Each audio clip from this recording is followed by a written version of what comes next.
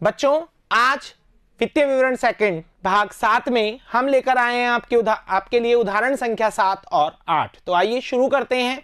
उदाहरण संख्या 7। निम्न सूचनाएं फेयर ब्रदर्स लिमिटेड के तलपट से ली गई है। आप 31 मार्च 2017 को व्यापारिक और लाभ व हानि खाता तथा तुलन पत्र बनाएं। आपको बैलेंस शीट दी गई है जिसमें तलपट आपको दिया गया है जिसमें कैश दिया गया है, मजदूरी दी गई है, विक्रय वापसी, डूबत ऋण, वेतन, चुंगी, दान, मशीन, यहां तक सारी मदों से आप वाकिफ हैं। लेकिन देनदारों में एक नई चीज दी गई है, वो क्या कि जो देनदार हैं उसमें अनादृत प्राप्य पत्र शामिल है 1600 रुपए। अनादृत प्राप्य पत्र क्या होते हैं, ये आप विनिमय बिल नाम के चैप्टर में या तो पढ़ेंगे या पढ़ चुके होंगे कि जब कभी भी देनदारों को बीआर में चेंज किया जाता है तो इसका मतलब ये होता है कि वो कुछ समय बाद पैसा देने का वचन देते हैं एक लिखित प्रपत्र पर। तो यहां पर जब वो समय पर भुगतान नहीं करते हैं तो उस प्राप्य पत्र को अनादृत प्राप्य पत्र कहते हैं। और जब प्राप्य पत्र अनादृत होता है तो वो देनदारों में आकर जुड़ जाता है। तो वापस से 1600 रुपए इसमें शामिल है। इसके अलावा अगर बात की जाए तो विक्रय दे रखा है। लोन आपने 1/7/16 को, हिंदी माध्यम की पुस्तकों में केवल 2016 छपा हुआ है, लेकिन नहीं, उसे सही डेट को कर लें। 1/7/2016 को आपने कोई लोन लिया है। प्राप्त बट्टा 1060 है। क्रय वापसी, परचेज, क्रेडिटर, कैपिटल, इन सभी मदों को स्टूडेंट्स अब आप समझ गए हैं। एक चीज और बताना चाहूंगा, बिक्री कर के नाम से मत दे रखी है, लेकिन अगर बिक्री कर कलेक्टेड हो तो लायबिलिटीज में आता है और पेड कर दिया हो तो पीएनएल में आता है। अब हमें कैसे पता चले कि कलेक्टेड है या फिर पेड किया हुआ है? अगर ये कलेक्टेड होता तो क्रेडिट बैलेंस में होता, क्योंकि दायित्व होता। डेबिट बैलेंस में, इसका मतलब आपने पेड कर दिया तो पीएनएल के डेबिट बैलेंस में आएगा। समायोजनों की बात करते हैं। 4000 रुपए नई मशीनरी की स्थापना में 1 अप्रैल 2016 को व्यय किए गए, जो कि मजदूरी में शामिल हैं। आपने 4000 रुपए मशीन पर खर्च किए हैं, मशीन को फिक्स कराने में, मशीन की फिटिंग कराने में, और उस पर 4000 खर्च हुए, लेकिन वो मजदूरी में शामिल कर लिए गए। स्टूडेंट्स, ये एक पूंजीगत खर्चा है जो संपत्ति की लागत में जाकर जुड़ना चाहिए, लेकिन आपने इसे आयगत में माना। तो इसका क्या करेंगे, वेजेस में से 4000 लेस करेंगे और मशीन में ले जाकर 4000 रुपए जोड़ेंगे। मशीन पर 5% हांस, यहां फर्नीचर छपा हुआ है हिंदी माध्यम की पुस्तकों में से मशीन कर लें। मशीन पर 5% हांस लगाना है। हांस को पीएनएल में लिखेंगे और संबंधित संपत्ति में से लेस करेंगे। बकाया वेतन 1600 रुपए सैलरी में ऐड और बैलेंस शीट के लायबिलिटीज में लिखेंगे। क्लोजिंग स्टॉक 81,850, इसे ट्रेडिंग अकाउंट के क्रेडिट में लिखेंगे और साथ ही साथ बैलेंस शीट के असेट्स में लिखेंगे। देनदारों पर 5% आयोजन बनाना है, जिसे आप प्रोविजन फॉर बेड डेट्स कहते हैं। विपत्र की आधी राशि ही प्राप्त हुई है, ये बहुत अच्छी चीज है स्टूडेंट्स, और ये ही इस क्वेश्चन में सबसे नई चीज है। आपको डेटर दे रखे हैं 60,000, जिसमें 1600 रुपए के अनादृत प्राप्य पत्र हैं। इसमें से 800 रुपए की राशि मिल चुकी है और 800 की राशि डूब गई है। तो जो डूब गई है वो हो गए फर्दर बेड डेट्स। इस बार फर्दर बेड डेट्स को थोड़ा सा घुमा कर दिया है। जो अनादृत प्राप्य पत्र है उसमें से 800 रुपए डूब गए, आधे मिल गए, आधे डूब गए। तो जो डूब गए हैं उसे आपको फर्दर बेड डेट्स मानना है। किराए का भुगतान 30 जून 2017 तक किया गया है। आपने जो ये रेंट चुकाया है, ये रहा रेंट, आपने जो रेंट चुकाया है 4000, ये आपने 30 जून तक का चुका दिया, जबकि आप जो अपने फाइनल अकाउंट्स बना रहे हैं वो बना रहे हैं 31 मार्च को। इसका मतलब अप्रैल, मई, जून 3 महीने का किराया आपने ज्यादा चुका दिया, दैट इज प्रीपेड। चलिए इसके बारे में भी बात करेंगे। एक असमाप्त बीमा 600 रुपए, यानी कि प्रीपेड इंश्योरेंस दिया गया है 600 रुपए, जो कि इंश्योरेंस में से कम कर देंगे। अब अगर मैं बात करूं स्टूडेंट्स, एक समायोजन यहां पर हिडन यानी कि छिपा हुआ समायोजन है। वो कौन सा, ये वाला समायोजन छिपा हुआ समायोजन है। कैसे, आपने स्टूडेंट्स लोन लिया है 40,000 रुपए का। लिया क्यों है, क्योंकि क्रेडिट बैलेंस है, इट मींस लायबिलिटीज है। 40,000 का जो लोन लिया है उस पर ऋण की दर है 12% और वो आपने जुलाई में लिया है और आप अपने अंतिम खाते 31 मार्च को बनाते हैं। तो 40,000 इंटू 12/100 इंटू 9/12, और जब आप इसे कैलकुलेट करते हैं स्टूडेंट्स तो 3600 रुपए ब्याज आता है और आपने ऋण पर ब्याज चुकाया है, जो कि तलपट के डेबिट में दे रखा है। ये रहा 1200 रुपए आपने पे किया है, जबकि आपको चुकाना कितना चाहिए, 9 माह का 3600 रुपए। इसका मतलब 2400 रुपए आउटस्टैंडिंग इंटरेस्ट है, जो कि पीएनएल बनाते समय 1200 रुपए में 2400 जोड़ा जाएगा और साथ ही साथ बैलेंस शीट में लायबिलिटीज में लिखा जाएगा। बहुत ही इंपॉर्टेंट और नए ध्यान आने वाला समायोजन है। और सबसे बड़ी बात, इस पर आप ध्यान नहीं देंगे तो भी आपकी बैलेंस शीट दोनों तरफ से बराबर हो जाएगी, लेकिन आपका उत्तर गलत होगा। तो स्टूडेंट्स, इस तरह के समायोजनों पर ध्यान रखें। जहां तारीख और दर दी जाए तो उस हिसाब से आप कैलकुलेट करें और इसे सही भी कर लें। हिंदी माध्यम में केवल 2016 छपा हुआ है, इसे 1/7/2016 कर लीजिएगा। चलिए शुरू करते हैं। सबसे पहले ट्रेडिंग की हम बात करना चाहेंगे। ट्रेडिंग की बात करने के लिए हमें ट्रेडिंग की मदों को छांटना होगा, तो ट्रेडिंग की मदें छांटते हैं। अगर ट्रेडिंग की बात की जाए तो वेजेस सेल्स रिटर्न परचेज में से, वो सेल्स में से लेस हो जाएगी। ऑक्ट्रॉय है। इसके अलावा अगर बात की जाए तो परचेज है, स्टॉक है, बस। क्रेडिट साइड में अगर बात करें तो सेल्स है, क्रय वापसी परचेज में से लेस हो जाएगी। और क्लोजिंग स्टॉक आपको दे ही रखा है, जिसका अमाउंट कितना है, 81,850। वेजेस में से 4,000 रुपए लेस करने हैं और कोई समायोजन ट्रेडिंग से रिलेटेड नहीं है। तो आइए शुरू करते हैं। सबसे पहले ओपनिंग स्टॉक 81,600। तो ओपनिंग स्टॉक को आप लिख दें स्टूडेंट्स, जो कि आपको दिया गया है 81,600। परचेज के अमाउंट की अगर बात की जाए तो 2,60,590, 2,60,590। और जहां तक है आपको परचेज रिटर्न दी गई है 390 रुपए, इसे आप लेस कर दें।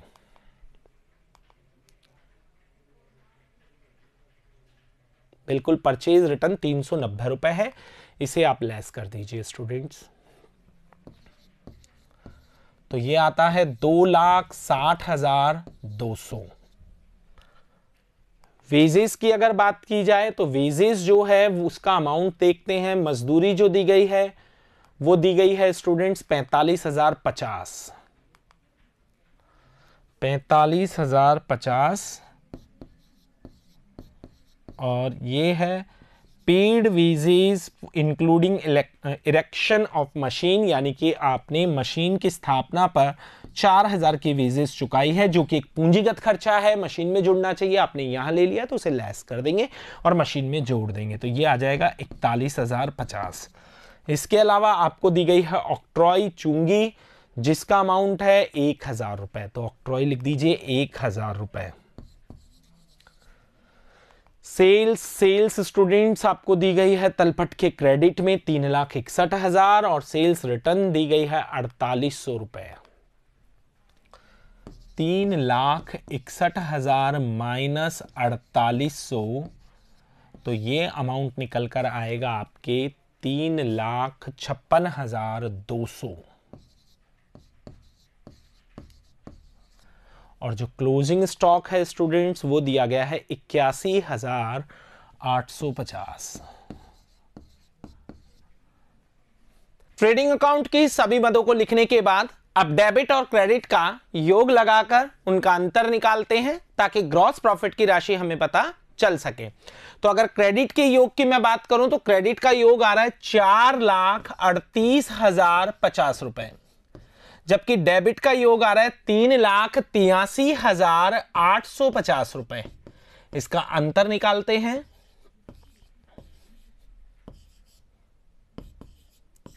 ग्रॉस प्रॉफिट की राशि आती है स्टूडेंट्स 54,200। इसे यहां लिखें और फिर दोनों तरफ का टोटल लगाएं, 4,38,050, 4,38,050। लाभ हानि खाता बनाने के लिए इस ग्रॉस प्रॉफिट को पीएनएल अकाउंट के क्रेडिट में ट्रांसफर किया जाएगा। तो सबसे पहले वो ही करते हैं।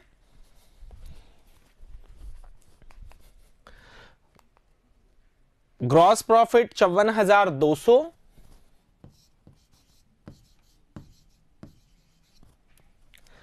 अब लाभ हानि खाता बनाने के लिए हमें मदों को छांटना होगा। उसके लिए चलते हैं तलपट में। बेड डेट्स, सैलरी, चैरिटी, इसके अलावा डिस्काउंट जो कि क्रेडिट में दिखाया जाएगा। साथ ही साथ देनदार में अनादृत प्राप्य पत्र हैं, इसका मतलब आपको समायोजन में अभी समझाएंगे। एक यहां पर ऋण के आगे 1/7/2016 दे रखा है, यानी जो ऋण आपने लिया है वो 1 जुलाई को लिया है। खाते जो आप बना रहे हैं वो 31 मार्च 17 को बना रहे हैं। इन तारीखों को जरा ध्यान रखें क्योंकि एक गुप्त और छिपा हुआ समायोजन है। इसके अलावा अगर बात करें तो रिपेयर, ऋण पर ब्याज, बिक्री कर अगर एकत्रित होता तो क्रेडिट में दिया होता तो बैलेंस शीट की लायबिलिटीज में जाता, और यहां पर डेबिट में है तो इसका आशय यह है कि आपने बिक्री कर की राशि का भुगतान किया है, तो एक खर्चा है जिसे लाभ हानि खाते के डेबिट में लिखा जाएगा। इसके अलावा इंश्योरेंस और किराया, ये सभी मदें लाभ हानि खाते की है। ये मदें हमने छांट ली है। क्रेडिट में केवल एक डिस्काउंट नाम की मद है जो इनकम के रूप में लिखी जाएगी। अब समायोजनों को एक बार और आपको मोटे तौर पर बता देते हैं। फर्स्ट समायोजन आपको बता दिया है, वेजेस में से लेस होगा और साथ ही साथ बैलेंस शीट में जाकर मशीनरी में जुड़ेगा। मशीन पर हास, इसी की बात करते हैं। मशीन जितने की बैलेंस तलपट में दे रखी है उसमें 4000 जोड़कर 5% डेप्रिसिएशन काउंट करेंगे, वो लिखेंगे। बकाया वेतन 1600 रुपए से सैलरी में ऐड करेंगे और साथ ही साथ लाइबिलिटीज में ले जाएंगे बैलेंस शीट में। क्लोजिंग स्टॉक ट्रेडिंग में आता है और साथ ही साथ बैलेंस शीट के असेट्स में आता है। देनदारों पर आपको 5% आयोजन करना है। नया जो समायोजन है स्टूडेंट्स, ये एक अच्छा समायोजन है जिसे समझना है। विपत्र की आधी राशि ही वसूली। विपत्र मतलब जो अनादृत प्राप्य विपत्र है, जो कि 1600 रुपए यहां पर राशि बताई गई है। अनादृत का मतलब है विपत्रधारियों ने पैसा देने से मना कर दिया। इसे आप डीपली बिल ऑफ एक्सचेंज नाम का जो चैप्टर है उसकी में पढ़ेंगे।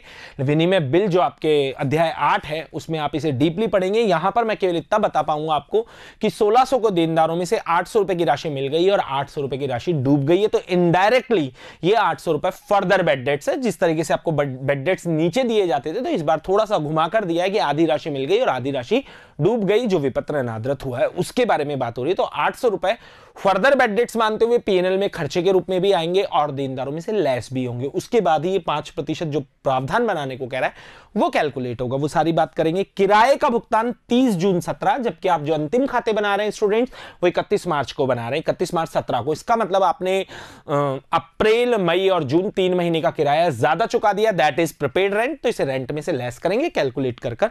असमाप्त बीमा 600 रुपए, किसी भी खर्चे के आगे अगर असमाप्त शब्द आ जाए तो इसका मतलब वो अगले वर्ष से संबंधित है, उसे लेस करेंगे और बैलेंस शीट के असेट्स में लिखेंगे। तो आइए शुरू करते हैं पीएनएल अकाउंट।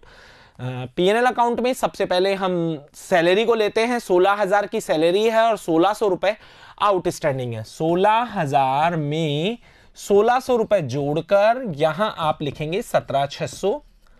इसके बाद में अगर मैं बात करूं तो आपको रिपेयर नाम का खर्चा दे रखा है 3350, इसे आप पीएनएल में लिख दीजिए 3350। कोई समायोजन नहीं है तो सीधा बाहर लिखिए। बेड डेट्स की बात करना चाहूंगा, बेड डेट्स की पूरी कैलकुलेशन आपको समझाना चाहेंगे। तलपट वाले बेड डेट्स जो कि है 4620 रुपए, सबसे पहले तो आप इसे लिखिए। 4620 के बाद आप लिखिए 800 रुपए के फर्दर बेड डेट, 1600 का आधा। और अब बात करते हैं न्यू प्रोविजन की स्टूडेंट्स। तो न्यू प्रोविजन आपके जो देनदार हैं वो आपको दिए गए हैं 60,000 रुपए। 60,000 में से 800 जब आप फर्दर बेड डेट्स घटा देंगे तो आपके देनदार बचेंगे 59,200, जिसका आपको 5% कैलकुलेट करना है क्योंकि 5% डूबने की संभावना है। और जब आप इसे कैलकुलेट करते हैं तो ये आती है 2960 रुपए की राशि, जो कि 5% है, जिसके डूबने की संभावना बताई जा रही है। तो ये न्यू प्रोविजन 2960। इसके बाद में आप क्या करते हैं, तीनों चीजों को जोड़कर bad debts, further bad debts और न्यू प्रोविजन, ये हमारी हानियां हैं, इसमें से ओल्ड प्रोविजन को घटाते हैं। लेकिन जब मैं तलपट के क्रेडिट साइड में जाता हूं स्टूडेंट्स तो मुझे कहीं पर भी ओल्ड प्रोविजन नजर नहीं आता। इसका मतलब इस क्वेश्चन में ओल्ड प्रोविजन नहीं है, तो केवल इन तीनों को जोड़कर रख दीजिए। तो यहां पर आप लिख दीजिए 8380 रुपए इसका योग आएगा, वो आप पुट अप कर दीजिए। इंटरेस्ट ऑन लोन, जो कि काफी बेहतरीन समायोजन है, छुपा हुआ समायोजन है। जरा कैसे आपने लोन के आगे रेट नजर आ रही होगी 12%। 40,000 का 12% निकालें आप 9 महीने के लिए। क्यों? क्योंकि जुलाई में आपने ऋण लिया है और 31 मार्च को आप खाते बना रहे हैं। तो इसका मतलब आप जिस तारीख को खाते बना रहे हैं तब तक ऋण लिए हुए आपको 9 माह हो गए, तो आपको 9 माह का ब्याज का भुगतान करना चाहिए। तो पहले तो बात करते हैं कि कितना ऋण पर ब्याज है। 40,000 इंटू 12/100 इंटू 9/12। और जब स्टूडेंट्स हम इसे कैलकुलेट करते हैं तो यह अमाउंट निकल कर आता है 3600 रुपए, 3600 रुपीज। 3600 रुपए का ब्याज आपको इंटरेस्ट ऑन लोन का चुका देना चाहिए था। लेकिन जब मैं अपने तलपट को चेक करता हूं तो मुझे ऋण पर ब्याज मात्र नजर आता है 1200 रुपए। इसका मतलब मैंने ऋण पर ब्याज कितना चुकाया है? 1200 रुपए, जबकि चुकाना कितना चाहिए था? 3600 रुपए, इसका मतलब 2400 रुपए अभी चुकाना बाकी है। That is outstanding interest. इसे पीएनएल में इंटरेस्ट 1200 में 2400 रुपए जोड़े जाएंगे और साथ ही साथ चिट्ठे के दायित्व पक्ष में दिखाए जाएंगे क्योंकि अभी खर्चा चुकाना बाकी है। तो आइए अब इसे पीएनएल में शो करते हैं। इंटरेस्ट ऑन लोन जो कि तलपट में दिया गया है 1200 और 2400 रुपए आउटस्टैंडिंग आपको निकाल कर बताए। एक बार फिर आपको समझाना चाहूंगा कि जो 40,000 का लोन है उसका हमने कैलकुलेट किया है और 40,000 का ऋण अगर मैं बात करूं तो 12/100 इंटू 9/12, 9 महीने कैसे है, जुलाई टू मार्च, 3600 रुपए आता है, 1200 पे ऑफ कर दिया, ऐसा हमारा तलपट हमें कह रहा है। तो ये हमने जो है 3600 रुपए ब्याज के लिख दिए। इसके बाद में अगर और खर्चों की ओर बढ़े तो एक चैरिटी दे रखा है आपको 250 रुपए और इधर से आपको सेल्स टैक्स 1600 रुपए। तो सेल्स टैक्स लिख दीजिए 1600, चैरिटी लिख दीजिए 250। और खर्चों की अगर हम बात करें स्टूडेंट्स तो इसके अलावा रिपेयर हम लिख चुके हैं, इंश्योरेंस 2000 और रेंट 4000 रुपए। इंश्योरेंस कितना दिया है 2600 रुपए। असमाप्त अवधि का बीमा बताया है, लास्ट समायोजन था, 600 रुपए से लेस कर दें तो 600 रुपए जब आप लेस करते हैं तो इंश्योरेंस के आ जाएंगे 1400 रुपए। रेंट जिसका अमाउंट 4000 रुपए दिया है, ये 4000 रुपए आपने 12 माह का चुकाया है, लेकिन ये कब तक का चुकाया है 30 जून 2017, जबकि आप अपने अंतिम खाते 31 मार्च 2017 को बना रहे हैं, इसका मतलब 3 महीने का ज्यादा चुकाया। तो 4000 इंटू 3/12 जब आप कैलकुलेट करते हैं स्टूडेंट्स तो ये 1000 रुपए प्रीपेड रेंट आता है, इसे आप लेस करेंगे और साथ ही साथ बैलेंस शीट के असेट्स में दिखाएंगे। मशीन के बारे में आपको बताना चाहूंगा, मशीन का भी इसमें काफी अच्छा एडजस्टमेंट है। मशीन जो है स्टूडेंट्स वो तलपट में दी गई है 32,000 की, लेकिन साथ ही साथ इसमें पहला एडजस्टमेंट दिया गया था कि आपने एक मशीन खरीदी, उसकी स्थापना करने पर 4000 रुपए खर्च हुए जो कि आपने वेजेस में जोड़ रखे हैं, गलत है। मशीनरी की स्थापना पर किया गया खर्चा एक पूंजीगत खर्चा होता है स्टूडेंट्स, उसे संपत्ति में जोड़ना चाहिए।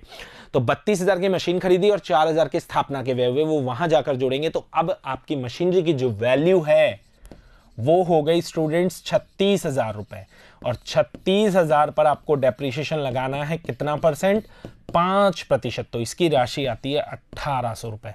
तो डेप्रिसिएशन ऑन मशीनरी बिल्कुल आप 1800 रुपए लिखेंगे और बैलेंस शीट बनाते समय 1800 रुपए ही लेस करेंगे 4000 इरेक्शन के खर्चे ऐड करने के बाद। इनकम की अगर बात करूं तो इनकम में केवल एक ही मद हमें डिस्काउंट रिसीव्ड दे रखा है जिसका अमाउंट है कितना, 1060 रुपए। तो डिस्काउंट रिसीव्ड लिख दें आप 1060। सभी मदों को लिखने के बाद अब हम बात करते हैं, जोड़ बाकी करते हैं और नेट प्रॉफिट निकालने की कोशिश करते हैं। तो नेट प्रॉफिट निकालने के लिए क्रेडिट का योग जो आ रहा है स्टूडेंट्स वो आ रहा है 55,260 रुपए और डेबिट का योग लगाना आप 17,600 से चालू करें और 1800 तक योग लगाएं और जब आप ये योग लगा रहे हैं तो ये आ रहा है 40,980 रुपए। इसका अंतर निकाल लीजिए,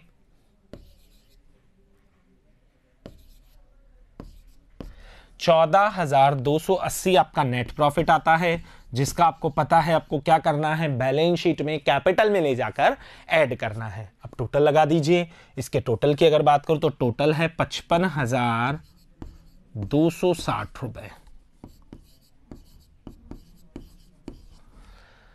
अब बात करते हैं स्टूडेंट्स बैलेंस शीट की। तो बैलेंस शीट में सबसे पहले आपको पता है कि नेट प्रॉफिट जाकर कैपिटल में क्या होगा, ऐड होगा। उसके अलावा अगर बात की जाए तो चिट्ठे की और मदों के लिए हमें तलपट की तरफ जाना होगा।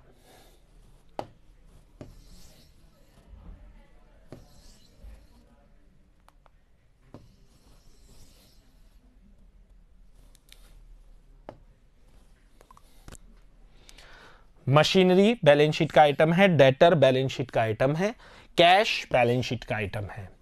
इधर से बात करें तो लोन लायबिलिटीज में लिखा जाएगा, क्रेडिटर लायबिलिटीज में, पूंजी लायबिलिटीज में। आगे अगर मैं बढ़ूं स्टूडेंट्स तो इसके अलावा अगर बात की जाए बस केवल ये ही मदे बैलेंस शीट में है। समायोजनों में भी आपको समझाना चाहूंगा, 4000 रुपए मशीन में जोड़ेंगे, 1800 रुपए डेप्रिसिएशन के मशीन में से लेस होंगे, आउटस्टैंडिंग सैलरी बैलेंस शीट के दायित्व में जाएगी। क्लोजिंग स्टॉक असेट्स में लिखा जाएगा। देनदारों पर जो न्यू प्रोविजन आया वो डेटर में से लेस होगा। विपत्र की आधी राशि, इसका डेटर पर ही फर्क पड़ेगा। 800 रुपए आपको फर्दर बेड डेट्स डेटर में से लेस करने हैं। किराए के जो 1000 रुपए आपने ज्यादा चुकाए हैं, that is prepaid rent, balance sheet के एसेट्स में जाएगा। और असमाप्त बीमा मतलब अगले वर्ष का बीमा चुकाया है, तो ये भी बैलेंस शीट के एसेट्स में प्रीपेड इंश्योरेंस के नाम से आएगा। तो आइए शुरू करते हैं बैलेंस शीट बनाना। हमें कैश दिया गया है 20,000, इसी से शुरू करते हैं बैलेंस शीट को बनाना। सबसे पहले कैश 20,000, डेटर का अमाउंट 60,000 डेटर तलपट में दिए गए हैं। 800 रुपए आपके फर्दर बेड डेट्स के हैं।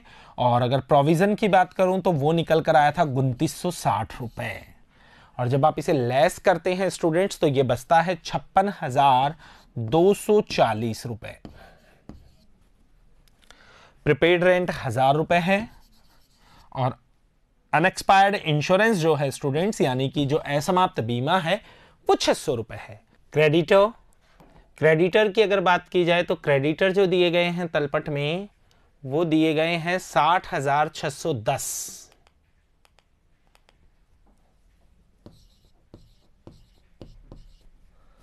आउटस्टैंडिंग सैलरी जो कि दी गई है 1600, लोन 40,000 रुपए, आउटस्टैंडिंग इंटरेस्ट ऑन लोन 2400 रुपए जो कि हमने गुप्त समायोजन से निकाला है।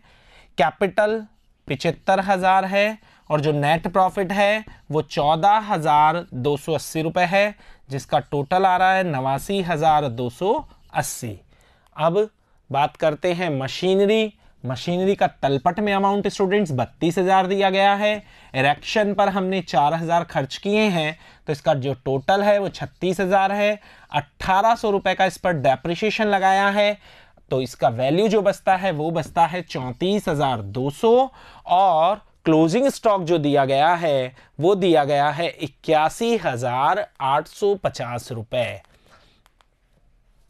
81,850। और अगर हम टोटल की बात करें बैलेंस शीट की, तो अगर दोनों तरफ का टोटल हम लगाएं तो इसका जो टोटल आता है स्टूडेंट्स, वो आता है 1,93,890।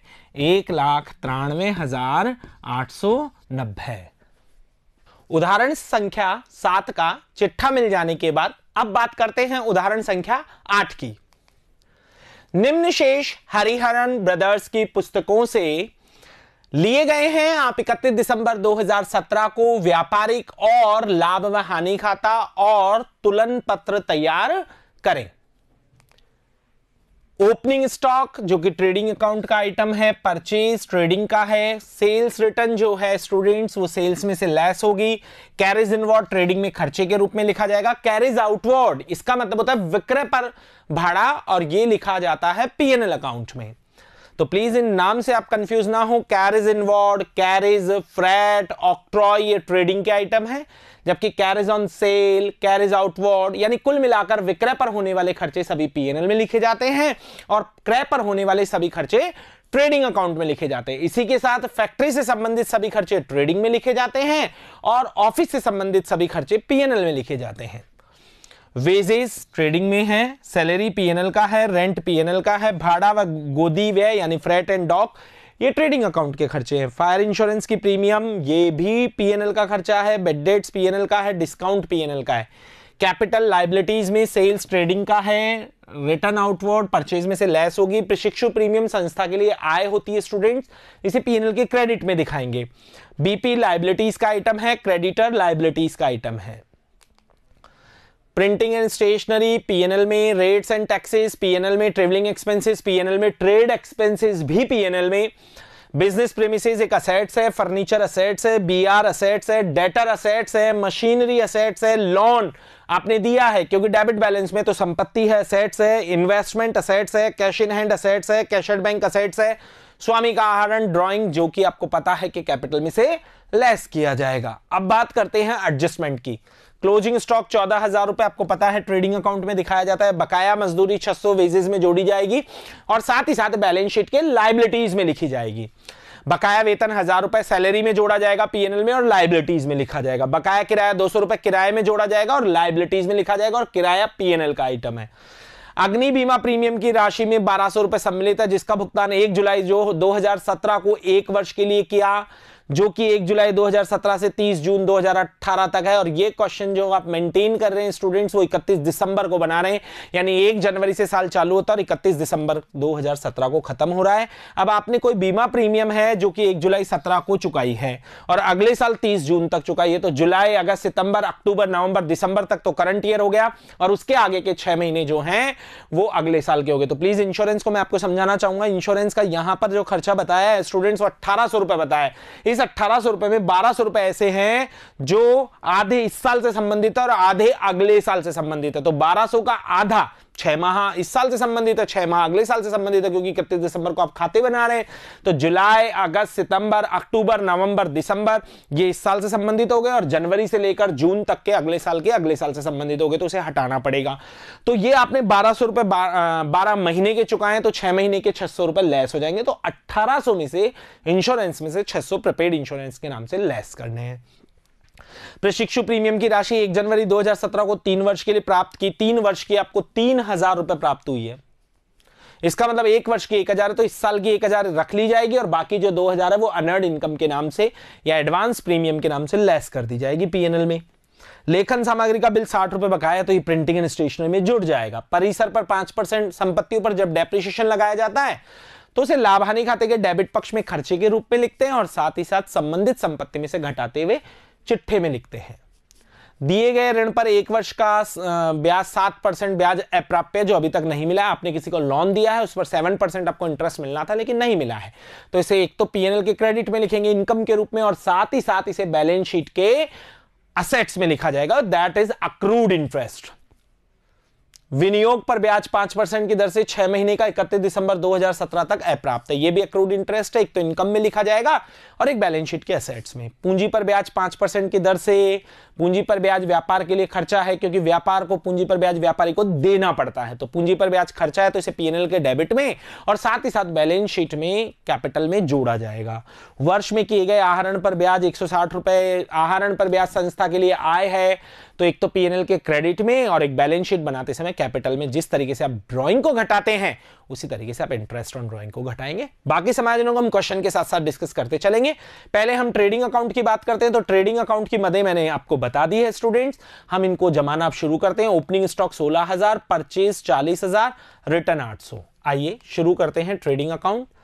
Opening stock 16,000, purchase 40,000, purchase return 800, 39,200 बाहर आ जाएगा।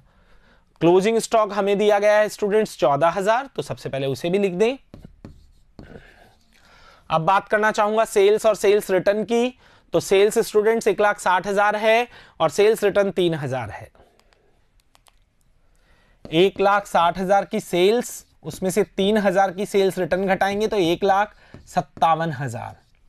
इसके बाद में आपसे बात करना चाहूंगा वेजेस के बारे में, तो वेजेस का अमाउंट जो तलपट में दिया गया है वो दिया गया है 6600 और वेजेस बकाया बताइए समायोजन नंबर 2 में 600 रुपए, तो यहां लिखेंगे आप 6600, साथ ही साथ 600 इसमें ऐड आउटस्टैंडिंग वेजेस और बाहर आ जाएगा 7200 रुपए।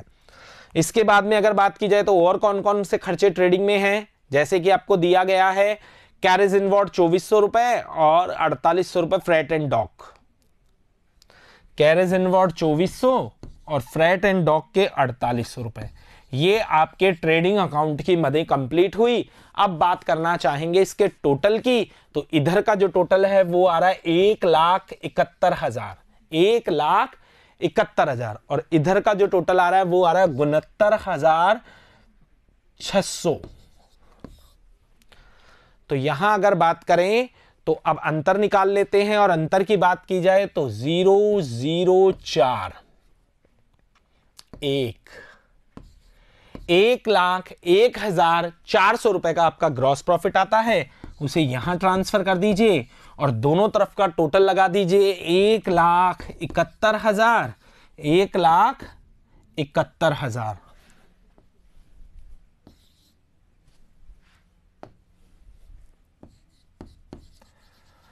पीएनएल बनाने के लिए क्या करना होगा, सबसे पहले ग्रॉस प्रॉफिट को पीएनएल में ट्रांसफर करना होगा, तो ग्रॉस प्रॉफिट है 1,01,400।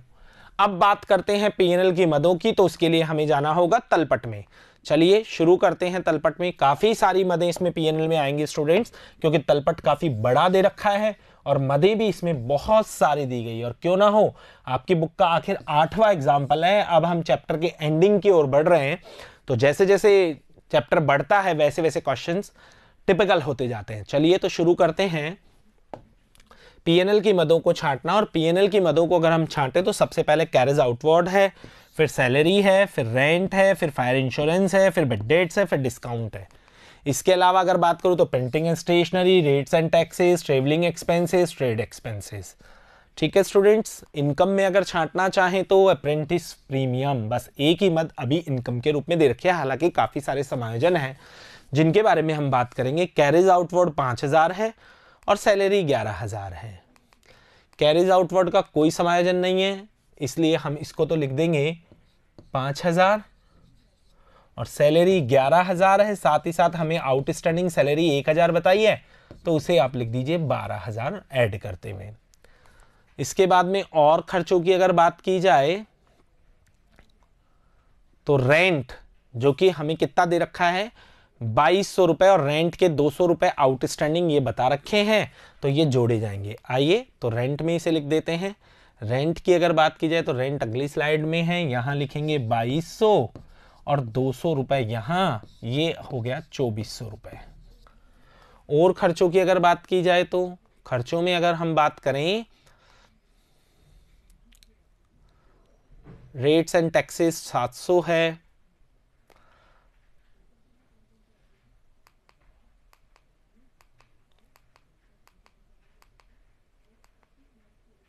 रेट्स एंड टैक्सेस 700, और प्रिंटिंग एंड स्टेशनरी 700 और 500। रेट्स एंड टैक्सेस 700 है, प्रिंटिंग एंड स्टेशनरी 500। साथ ही साथ लास्ट समायोजन 5वें नंबर का या ऐसे कुछ एडजस्टमेंट दिया गया है, लेखन सामग्री के 60 रुपए बाकी हैं, तो वो आप 500 में ऐड कर दीजिए। साथ ही साथ ये लाइबिलिटीज में जाएगा क्योंकि खर्चा है। इसके अलावा trade expenses, travelling expenses, trade expenses दिए गए हैं 400, ट्रेवलिंग एक्सपेंसेस दिए गए हैं 300।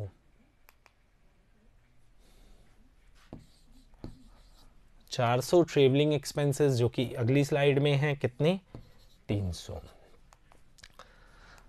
इंश्योरेंस की अगर बात करें तो इंश्योरेंस का अमाउंट हमें मालूम है 1800 रुपए, मैंने आपको समझाया है। 1800 रुपए तो तलपट में दे रखा है। एक बार फिर इसके समायोजन को बता देते हैं, वो क्या है एक बार देखें आप। बीमे के लिए कह रहा है कि जो 1200 रुपए, 1800 रुपए में जो 1200 रुपए हैं वो ऐसे हैं जो हमने 30 जून को चुकाए, 1 जुलाई को चुकाए हैं और अगले 30 जून तक चुकाए हैं। तो जुलाई, अगस्त, सितंबर, अक्टूबर, नवंबर, दिसंबर ये करंट ईयर के हैं और बाकी 600 रुपए नेक्स्ट ईयर के हैं, तो वो 600 प्रीपेड कहलाएंगे। 1200 का जब आप 6 महीने में डिवाइड करेंगे तो 600 रुपए आएंगे, तो 1800 में से आप 600 रुपए लेस कर दीजिए, और जब आप ऐसा करते हैं तो इंश्योरेंस का अमाउंट आता है 1200 रुपए। इसके अलावा अगर और खर्चों की हम बात करें, खर्चे इसमें काफी सारे दिए गए हैं।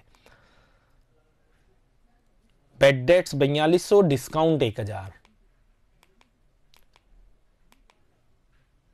बेड डेट्स 4200 है, डिस्काउंट 1000 है। अब समायोजनों में आते हैं, क्योंकि समायोजनों के ही पॉइंट अब बचे हुए हैं। समायोजनों की अगर बात करूं स्टूडेंट्स, तो परिसर पर 5, मशीन फर्नीचर पर 10 और मशीन पर 10। आइए आपको एक एक का डेप्रिसिएशन समझा देते हैं। फर्नीचर 5000 है, 5000 का 10% होता है 500, और मशीन 9000 है, 9000 का 10% होता है 900, और व्यापारिक परिसर 1,10,000 है, जिसका आपको 10 नहीं बल्कि कितना परसेंट लगाना है, 5%, तो ये आता है 5500। तो फर्नीचर पर 500 रुपए डेप्रिसिएशन है, मशीन पर 900 और प्रीमिसेस पर 5500 रुपए का डेप्रिसिएशन है, जिसे आपको पीएनएल में दिखाना है और साथ ही साथ बैलेंस शीट बनाते हुए संबंधित संपत्ति में से लेस करना है। तो आइए इन तीनों के अमाउंट पुटअप कर देते हैं। डेप्रिसिएशन ऑन प्रीमिसेस 5500 है, डेप्रिसिएशन ऑन फर्नीचर 500 है, डेप्रिसिएशन ऑन मशीन 900 है। इंटरेस्ट ऑन कैपिटल के लिए क्या समायोजन दिया गया है? इंटरेस्ट ऑन कैपिटल के लिए 5% है। और अगर पूंजी की बात करूं स्टूडेंट्स, तो आपकी जो पूंजी है 1 लाख है, 1 लाख का 5% सीधा सीधा 5000 है, जिसे आप खर्चे के रूप में लिख दें इंटरेस्ट ऑन कैपिटल 5000। आप बोलेंगे इंटरेस्ट ऑन कैपिटल खर्चा क्यों है? क्योंकि व्यापार और व्यापारी अलग अलग हैं, दोनों का अस्तित्व अलग अलग है, और आप लेखांकन करते समय अपने आप को व्यापार माने तो व्यापार को व्यापारी से पूंजी मिली है तो उस पर उसे ब्याज देना होगा। अब बात करते हैं इनकम साइड की मदों की। तो इनकम साइड की मदों में पहले तो हम तलपट में जाते हैं। तलपट में हमें देखना होगा अप्रेंटिस प्रीमियम, जो कि हमें 3000 रुपए मिला है, और अप्रेंटिस प्रीमियम का जो समायोजन नंबर 4 है वो ये कह रहा है कि हमें 3 वर्ष के लिए अग्रिम मिला है, 1 साल इस साल का हो गया, बाकी 2 साल अगले साल के हो गए। तो 3000 तो पहले आप अप्रेंटिस प्रीमियम को लिखें, जो कि है 3000, और इसमें एडवांस हो गई 2000। कैसे हो गई? क्योंकि 3 साल की अगर 3000 है तो 1 साल की 1000 है, तो अगले 2 सालों की लेस कर दीजिए, क्योंकि हमें केवल करंट ईयर की इनकम को लेना है। तो ये आ गया 1000 रुपए। इसके बाद में इंटरेस्ट ऑन ड्रॉइंग हमें समायोजन में 160 रुपए दी गई है। अब 2 इंटरेस्ट मैं आपको रेट के अकॉर्डिंग समझाना चाहूंगा। ऋण पर 7% का इंटरेस्ट इन्होंने बताया है। हमें तलपट में जाना होगा। लोन का अमाउंट हमें नजर आ रहा है 10,000 रुपए स्टूडेंट्स। इस 10,000 का 7% ब्याज हमें मिलना चाहिए, लेकिन नहीं मिला है, तो 700 रुपए पीएनएल के क्रेडिट में भी, क्योंकि जो समायोजन है वो इसीलिए किए जाते हैं ताकि सही लाभ हानि का निर्धारण कर सके। चाहे ये आय हमें मिली ना मिली, लेकिन हमने कमा ली, तो हमारे लाभ हानि का निर्धारण करने के लिए इसे लेखों में शामिल करना होगा। तो ये 700 रुपए एक तो पीएनएल के क्रेडिट में जाएंगे और साथ ही साथ बैलेंस शीट के असेट्स में जाएंगे। तो 700 रुपए, 1,10,000 का 7%, 700 रुपए। तो आप लिख दीजिए इसे इंटरेस्ट ऑन लोन 700। इसी तरीके से आपको अपने विनियोगों पर भी 6 महीने का ब्याज 5% की दर से कैलकुलेट करना है। तो आपके इन्वेस्टमेंट पर अगर मैं आता हूं स्टूडेंट्स, तो आपके जो इन्वेस्टमेंट हैं, इन्वेस्टमेंट यहां नहीं है। इसके बाद में अगर इधर बात की जाए तो ये रहे इन्वेस्टमेंट 6000, और 6000 का स्टूडेंट्स अगर आप 5% काउंट करते हैं तो वो तो आता है 300, लेकिन आपको 6 महीने का ही काउंट करना है, तो ये आएगा 150 रुपए। इसे इनकम के रूप में भी लिखें और साथ ही साथ बैलेंस शीट के असेट्स में भी लिखें। अब हम सारे समायोजन कर चुके हैं। अब बात करना चाहेंगे जोड़ बाकी की और नेट प्रॉफिट की, कि नेट प्रॉफिट कितना आ रहा है। तो अगर मैं बात करूं क्रेडिट के योग की, तो 1,03,410 रुपए इसका क्रेडिट का योग आ रहा है, 1,03,410। और डेबिट की बात की जाए तो सैलरी से स्टार्ट होकर और पूरा ट्रेवलिंग एक्सपेंसेस तक जो है स्टूडेंट्स, इसका टोटल लगाया जाए तो 39,660 रुपए इसका योग आ रहा है। अब अंतर निकाल लीजिए, 13 में से 6 गए,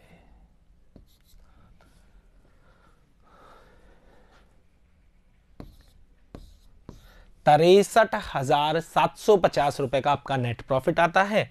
इसे यहां ट्रांसफर कर दीजिए और दोनों तरफ से योग लगा दीजिए, जो कि कितना आ रहा है 1,03,410।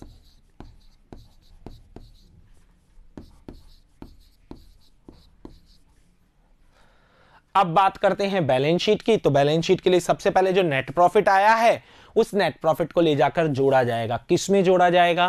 कैपिटल में जोड़ा जाएगा, और बाकी मदें आपको तलपट और समायोजनों से लेनी होगी।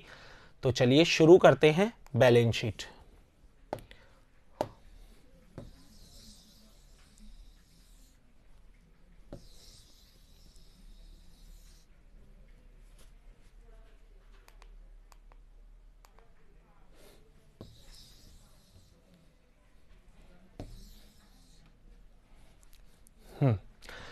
बैलेंस शीट की मदों को अगर हम छांटें स्टूडेंट्स, तो बैलेंस शीट के लिए सबसे पहले हम इसमें मदें देखें तो हमें एक भी मद बैलेंस शीट की इधर नहीं मिलती है। कैपिटल लायबिलिटीज का आइटम है, इसके बाद में बीपी लायबिलिटीज का है और क्रेडिटर लायबिलिटीज का है। आगे बढ़ते हैं स्टूडेंट्स।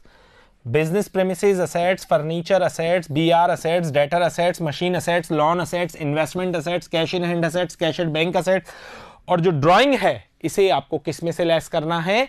कैपिटल में से लेस करना है। समायोजनों में बता दिया गया है आपको क्लोजिंग स्टॉक असेट्स में, तीनों जो आउटस्टैंडिंग एक्सपेंसेस है लायबिलिटीज में, प्रीपेड इंश्योरेंस असेट्स में, प्रशिक्षु प्रीमियम एडवांस मिला है दायित्व में आएगा, लेखन सामग्री के 60 रुपए बाकी है, इसे आप लायबिलिटीज में लिखेंगे।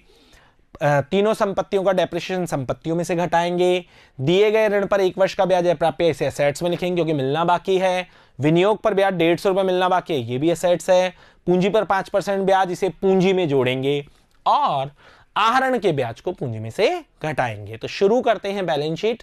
सबसे पहले बात करते हैं कैश इन हैंड और कैश एट बैंक, जो कि आपको दे रखे हैं 500 और 7,000 रुपए। तो चलिए शुरू करते हैं balance sheet. Cash in hand और cash at bank. Cash in hand के 500 और कैश एट बैंक के 7,000। इसके बाद में अगर बात करें तो लोन का जो अमाउंट है स्टूडेंट्स, वो आपको दिया है 10,000 रुपए। इसका इंटरेस्ट जो आया था लोन का वो 700 रुपए। इन्वेस्टमेंट का अमाउंट है 6,000 रुपए और इसका जो ब्याज निकला था वो निकला था 150 रुपए। इसके अलावा और मदें, डेटर, बीआर, प्रेमिसेस की अगर बात करूं तो 1,10,000 का प्रेमिसेस था। भवन जिसे कहते हैं 5500 रुपए का आपने डेप्रिसिएशन लगाया तो 1,04,500 ये बच गया। फर्नीचर की अगर बात करूं तो 5,000 का फर्नीचर था, 500 रुपए डेप्रिसिएशन लगाया तो 4,500 रुपए ये बच गया।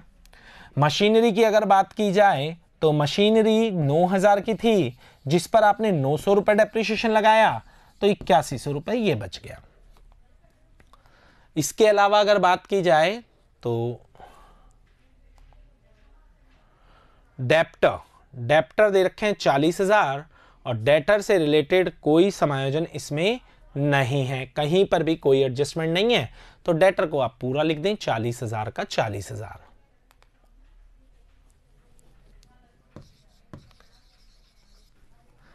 इसके अलावा बीआर बिल्स रिसीवेबल का अमाउंट आपको तलपट में जाकर ही देखना होगा। बिल्स रिसीवेबल आपको बताए गए हैं 7,000 रुपए।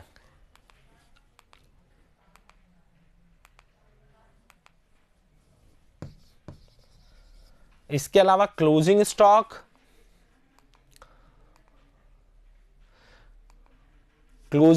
स्टूडेंट्स 14,000 है और इंश्योरेंस का प्रीपेड अमाउंट 600 रुपए है। बाकी सारे ब्याज जो थे वो आप लिख चुके हैं, तो क्लोजिंग स्टॉक लिख दीजिएगा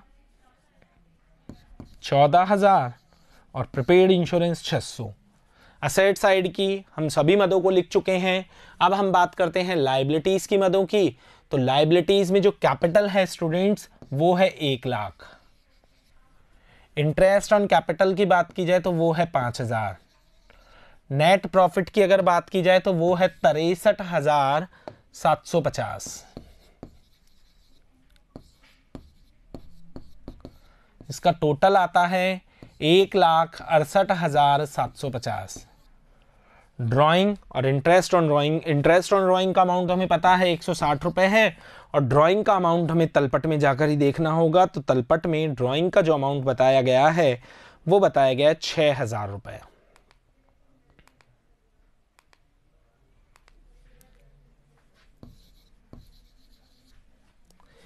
एक 68,750 में से 6,160 रुपए लेस कर दीजिए।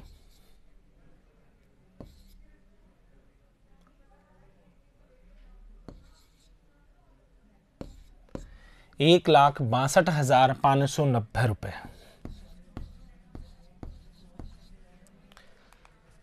इसके अलावा बिल्स पे आउटस्टैंडिंग वेजेस जो कि 600 रुपए बताई गई है। आउटस्टैंडिंग सैलरी समायोजन में 1,000 रुपए बताई गई है। आउटस्टैंडिंग रेंट 200 रुपए बताया गया है। आउटस्टैंडिंग स्टेशनरी के 60 रुपए बताए गए हैं। एडवांस जो अप्रेंटिस प्रीमियम आपको मिला है वो मिला है 2,000 रुपए। और अब बात करते हैं बिल्स पेबल की, तो वो आपको तलपट में ही देखना होगा। क्रेडिटर लिखने के बाद क्रेडिटर हम लिख चुके हैं 31,600 और बीपी 5,000। क्रेडिटर और बीपी शायद दोनों ही नहीं लिखे हैं, आइए अभी चेक कर लेते हैं। क्रेडिटर इसमें लिखने से रह गया है तो हम लिख देते हैं क्रेडिटर और बीपी, जिनके अमाउंट कितने कितने दिए गए हैं।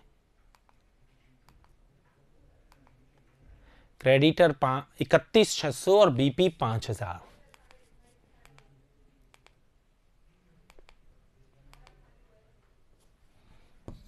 $31,600 और बीपी 5,000 और अब बात करते हैं बैलेंस शीट के टोटल की, तो 2,03,050 लाइबिलिटीज का योग आ रहा है और 2,03,050 ही असेट्स का योग आ रहा है। इसी के साथ हमारी बैलेंस शीट पूरी होती है और उदाहरण संख्या 8 भी पूरा होता है। अगले वीडियो में बचे हुए शेष एग्जाम्पल को लेकर आएंगे। तब तक के लिए धन्यवाद।